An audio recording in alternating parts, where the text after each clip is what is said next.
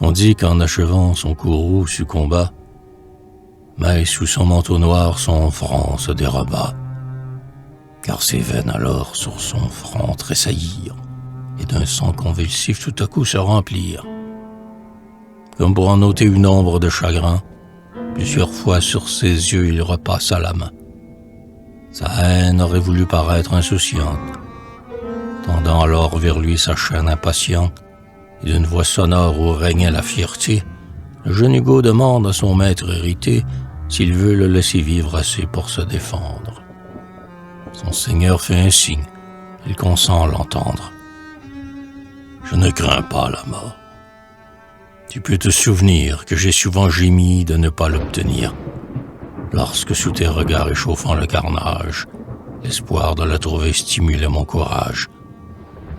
J'avais le glaive alors qui sauva tes états.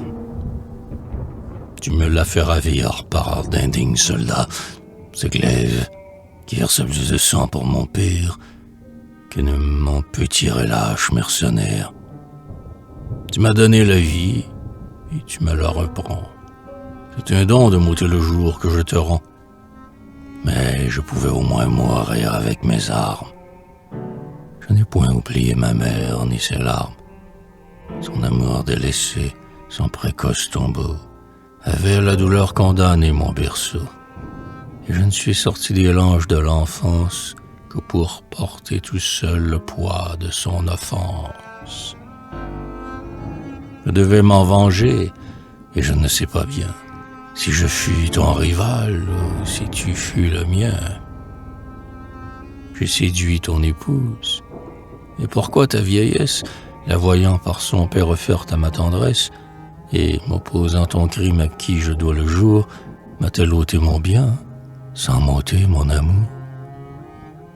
J'étais par ma naissance indigne de ses charmes. Tes rivaux que la guerre a jetés sous mes armes m'ont-ils trouvé trop vil pour leur donner la mort? Du crime d'être né suis-je comptable au sort?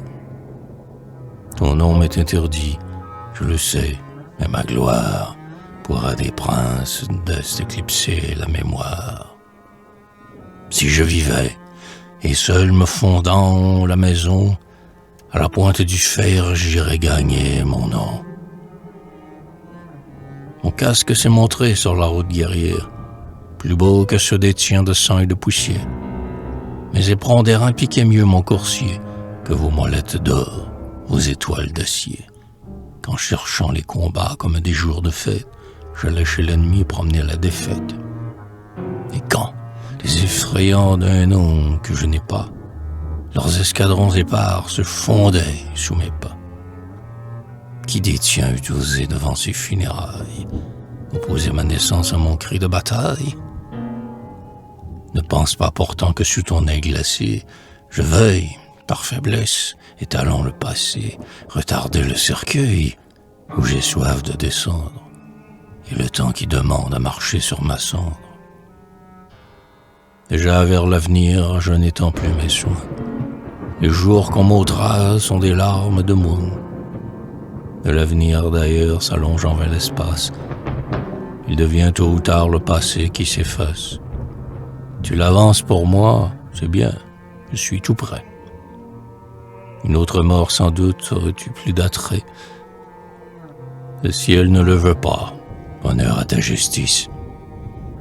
J'ai déjà tant souffert que je ris du supplice, car enfin, qui ne sait que tu me haïssais.